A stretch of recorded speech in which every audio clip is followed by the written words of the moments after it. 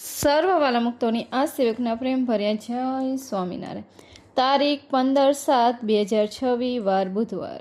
વૈષ્ણવમૂળ લોયાનું સઠ્ઠું. સ્વામિનારાયણ હરે. સંત 1877 માગસર સુદ એક પડવાની દિવસ શ્રીજી મહારાજ ગામ શ્રી લોયામતી સુરા ખાચરના દરબારમાં રાત્રિની સમયે બિરાજમાન છે અને ધોરો ખેસ પહેર્યો છે તથા ધોરી શીરની ડગલી પહેરી છે તથા ધોરો ફેટો માથે બાંધ્યો છે તથા બીજી ધોરે ફેટે કરીને બોકાની વારી છે અને પોતાના ધોરો ફેટાની છોગલું માથે લટકતું છે ને ચોફાર ઓઢ્યો છે ને પોતાના મુખારવિંદની આગળ પરમહંસ તથા દેશ દેશના હરિભક્તોની સભા ભરાઈને બેઠી છે. પછી શ્રીજી મહારાજે પરમહંસ પ્રત્યે પ્રશ્ન પૂછ્યો. જી સત્સંગ થયા પછી દુર્લભમાં દુર્લભ તે શું સાધન માન્યું છે? પછી એ પ્રશ્નનો ઉત્તર પરમહંસ વર્તે ન થયો. ત્યારે શ્રીજી મહારાજે કર્યો છે. એકાંતિકપણું એમાં આવે એ અતિશય દુર્લભ છે. તે એકાંતિકપણું તે શું? તો ધર્મ, જ્ઞાનને વૈરાગ્ય એ ત્રણને યુક્ત જે ભગવાનની ભક્તિ કરવી તેને એકાંતિકપણું કહીએ.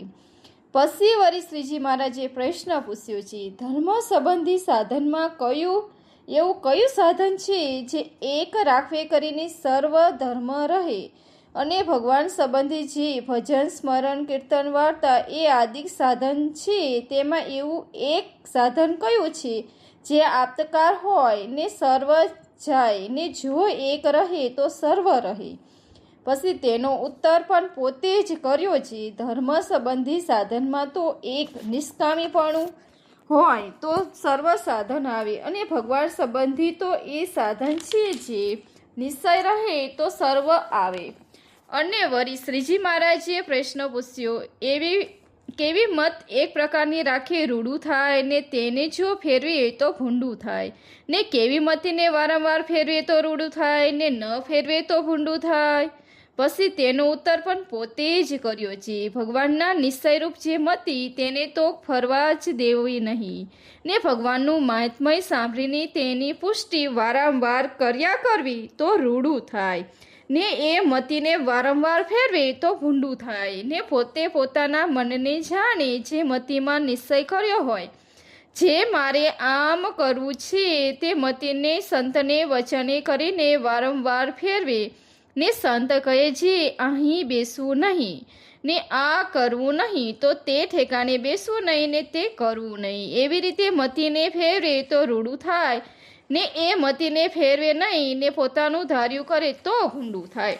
અને વળી શ્રીજી મહારાજે પ્રશ્ન પૂછ્યો છે. કેવી જાતનો સત્સંગ અથવા પરમહંસ હોય ને સર્વમાં સંપૂર્ણ રહેતો હોય ને તેની પાસે બેસી ને વાત સાંભળે તો દોષ લાગે?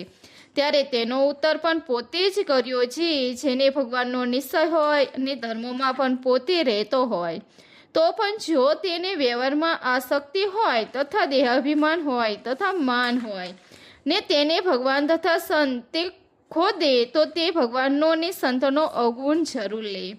પછી બીજાની આગળ પણ ભગવાનના તથા સંતના અવગુણને વાત કરીને તેને વિમુખ જેવો કરે એવો જે હોય તેનો કોઈ રીતે સંબંધ ન રાખવો ને રાખે તો પણ ભૂંડું થાય.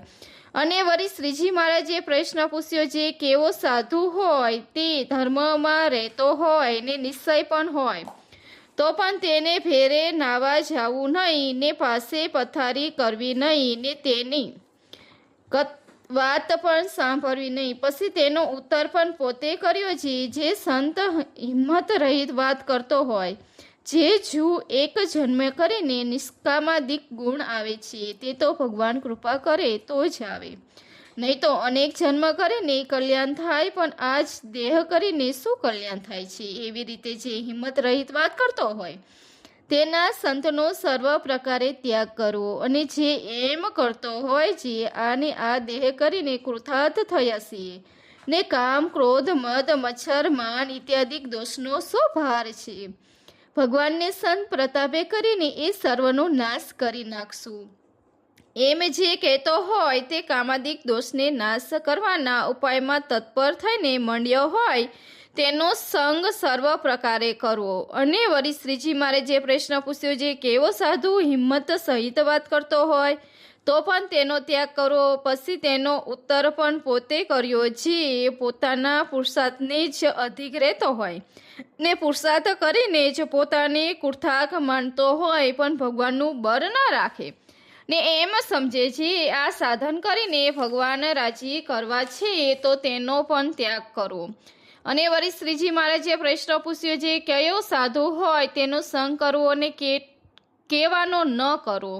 ત્યારે તેનો ઉત્તર પણ પોતે જ કર્યો, જે વર્તમાન પણ સુધા સારા પાડતો હોય ને નિશ્ચય શુદ્ધો હોય ને તે પાસે આપણે રહેતા હોય ને આપણે ટોકે નહીં ને પંપોરીને રાખે ને ઝાપરો રાખે, તો તે મુક્તાનંદ સ્વામી જેવો લોક વ્યવહારે મોટો કહેવાતો હોય તેનો પણ સંગ ન કરવો. અને જે સંત પોતાને ટોક્યા કરે છે, સ્વભાવ દેખે તે ઉપર ખટકો રાખે ને તે ન ટરે ત્યાં સુધી વાત કર્યા કરે ને લોપચા રાખે નહીં ને તે લોક વ્યવહારે મોટા ન કહેવાયા હોય, તો પણ તેનો સંગ કરવો. પછી વળી શ્રીજી મહારાજે પ્રશ્ન પૂછ્યો, જે સંતમાં બધા ગુણ સારા, મોટા મોટા ભક્તિ જ્ઞાનાદિક હોય, પણ તેમાં એક એવો કયો ભૂંડો દોષ હોય જેને કરીને તેનો સંગ ન કરીએ. ત્યારે તેનો ઉત્તર પણ પોતે જ કર્યો, જેને આરસ બહુ હોય ને નિંદ્રા બહુ હોય ને સ્થાન ધ્યાનાદિક જે નિયમ તેને પારવાનું. કોઈ કહે તો કહે છે હમણાં કરીશું, શી ઉતાવળ છે, ધીરે ધીરે થશે, એમ બોલે તે શુદ્ધો સારો હોય તો પણ તેનો સંગ ન કરવો. અને વળી શ્રીજી મહારાજે પ્રશ્ન પૂછ્યો, જે શુદ્ધિ સારી વાત કરતો હોય તો પણ તેને વાત ન સાંભળે, એવો એની વાણીમાં શો દોષ જાણવો. ત્યારે તેનો ઉત્તર પણ પોતે જ કર્યો, જે વાત કરવામાં પોતાની વિશે જે ભક્તિ જ્ઞાન વૈરાગ્ય અને ધર્મ તેની જ અહંકાર કરીને પોતે સરસાઈ દેખાડે ને બીજો સંતમાં જે જ્ઞાન ભક્તિ આદિ ગુણ તેને કોઈક ન્યૂનતા દેખાડે, એવો જેને વાણીમાં દોષ હોય તેની વાત ન સાંભળવી. અને વળી શ્રીજી મહારાજે પ્રશ્ન પૂછ્યો, જેની વાણીમાં કૃષિતપણું હોય તો પણ તે વાણીને અમૃતની પેઠે પાન કરીને એવી તે કઈ વાણી છે. પછી તેનો ઉત્તર પણ પોતે કર્યો છે, જે સંત વાત કરે ત્યારે પોતે પોતાના સંબંધી મા બાપ બોન ભાઈ તથા પોતાની જાતિ તેની કુત્સિત શબ્દે કરીને નિંદા કરતો હોય, તો તે વાણી સારી જાણવી શા સારું છે. તે વાણીને જે સાંભળે તેને તે સંતને કોરને એમ ગુણ આવે છે. આ સંતને તો કોઈ રીતે પોતાના દેહ સંબંધી આદિકમાં હેત નથી, માટે તે વાણીને અમૃતની પેઠે પાન કરવી. અને વળી શ્રીજી મહારાજે પ્રશ્ન પૂછ્યો, કયે ઠેકાને માન રાખવું ને કયે ઠેકાને માન ન રાખવું. પછી તેનો ઉત્તર પણ પોતે જ કર્યો, જે ભગવાનનો દ્રઢ આશ્રય હોય ને જેવો તેવો ગરીબ હરિભક્ત હોય તો પણ તે આગળ માન ન રાખવું. અને જેને સત્સંગ થકી કોઈક પાસો પગ પડી ગયો હોય તેની આગળ તો માન રાખવું, પણ તેને દબાઈને જવું નહીં. ને પ્રથમ ઉત્તર તેનો વેગ ઉપર વેન લાવો. અને પછી શ્રીજી મહારાજે પ્રશ્ન પૂછ્યો, કયે ઠેકાને હેત રાખવું ને કયે ઠેકાને ન રાખવું.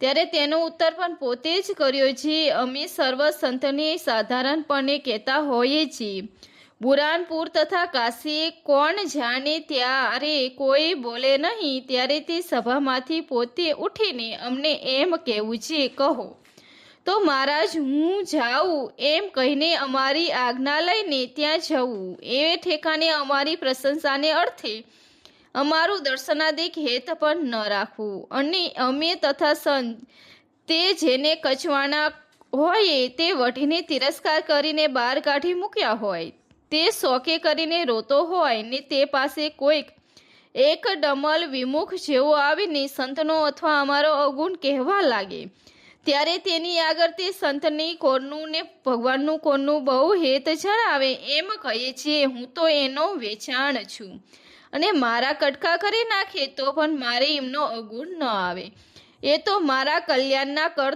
તલ છે. એવી રીતે તે ઠેકાણે અતિશય હેત જાણવું.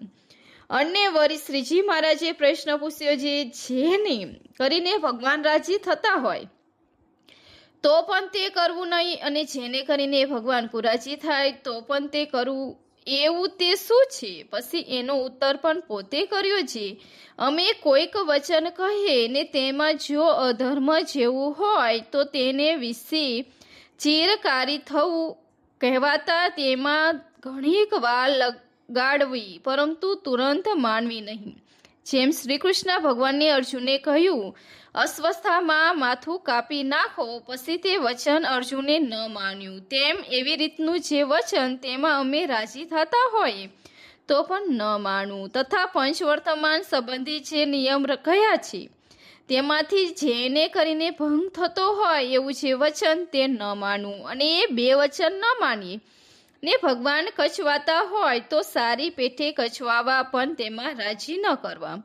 અને વળી શ્રીજી મહારાજે પ્રશ્ન પૂછ્યો, જે ભગવાનનું ધ્યાન કરતે થકે મનને વિશે અનેક પ્રકારના ભૂંડા ઘાટના તરંગ ઉઠ્યા આવે માંડે, જેમ સમુદ્રમાં મોટા મોટા તરંગ ઉઠે તેમ ભૂંડા ઘાટ ઉઠવા લાગે, ત્યારે તે ઘાટ કેમ ટાળવા? પછી એનો ઉત્તર પણ પોતે જ કર્યો છે. જ્યારે એવા ભૂંડા ઘાટ થવા માંડે ત્યારે ધ્યાનને પડવું મૂકીને જેબે કરીને ઉચ્ચ સ્વરે નિર્મળ થઈને તારી વગાડીને સ્વામિનારાયણ સ્વામિનારાયણ ભજન કરવું ને હે દીન બંધો, હે દયા સિદ્ધો, એવી રીતે ભગવાનની પ્રાર્થના કરવી. તથા ભગવાન સંત જે મુક્તાનંદ સ્વામી જેવા મોટેરા હોય તેના નામ લઈને તેને પ્રાર્થના કરવી તો ઘાટ ટળી જાય ને નિરાત થાય. પણ એ વિના બીજો એવો ઘાટ ટાળવાનો ઉપાય નથી. અને વળી શ્રીજી મહારાજે પ્રશ્ન પૂછ્યો, જે આ સત્સંગમાં જે અતિ મોટો ગુણ જણાતો હોય ને તે ગુણના સર્વ વખાણ કરતા હોય તો પણ તે ત્યાગ કરવા યોગ્ય હોય એવો કયો ગુણ છે? અને દોષ હોય તે ગ્રહણ કરવા યોગ્ય હોય એવો કયો દોષ છે? ત્યારે તેનો ઉત્તર પણ પોતે જ કર્યો. જે મુક્તાનંદ સ્વામી જેવા હોય તે સર્વથી સરસ વર્તમાન પાડતા હોય તેને કરીને બીજા સંતને ઉદ્વેગ થાય, કેમ જે અમને બરાબર વર્તાય નહીં તે સારું. એ ગુણ યદ્યપિ મોટા છે તો પણ તેનો ત્યાગ કરીને સર્વ સંતને બરાબર વર્તવું, અને બરોબર વર્તવા રૂપે દોષ છે તો પણ તેનું ગ્રહણ કરવું. અને વળી શ્રીજી મહારાજે પ્રશ્ન પૂછ્યો, છે આ સંતમાં એવો કયો એક દોષ છે જે જેનો ત્યાગ કરે ત્યારે સર્વ દોષ માત્રનો ત્યાગ થઈ જાય? અને એવો કયો એક ગુણ છે જે એક આવે સર્વ ગુણ આવે? ત્યારે તેનો ઉત્તર પણ પોતે જ કર્યો છે. દેહાભિમાન રૂપ દોષ છે તેમાં સર્વ દોષ રહ્યા છે ને તેનો ત્યાગ કરે તો સર્વ દોષનો ત્યાગ થઈ જાય. અને હું તો દેહથી નોખો જે આત્મા તે છું એવો જે આત્મનિષ્ઠા રૂપ એક ગુણ તે આવે તો સર્વ ગુણ માત્ર આવે છે. અને વળી શ્રીજી મહારાજે પ્રશ્ન પૂછ્યો છે, કયો પંચ વિષયની સેવવે કરીને બુદ્ધિનો પ્રકાશ થાય છે? અને કેવો પંચ વિષયની સેવે કરીને બુદ્ધિમાં અંધકાર થઈ જાય છે? ત્યારે તેનો ઉત્તર પણ પોતે કર્યો છે. ભગવાન સંબંધી જે પંચ વિષય તેની સર્વતો બુદ્ધિમાં પ્રકાશ થાય છે, અને જગત સંબંધી પંચ વિષયને સેવે તો બુદ્ધિમાં અંધકાર થઈ જાય છે.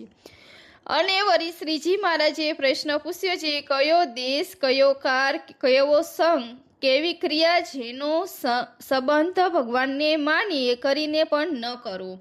ત્યારે તેનો ઉત્તર પણ પોતે જ કર્યો છે. જે દેશમાં રહે થકે પોતાના દેહના સંબંધને વારંવાર બેઠા ઉઠ્યાનો યોગ્ય થતો હોય તો તે દેશમાં ભગવાનની આજ્ઞાએ કરીને પણ ન રહેવું.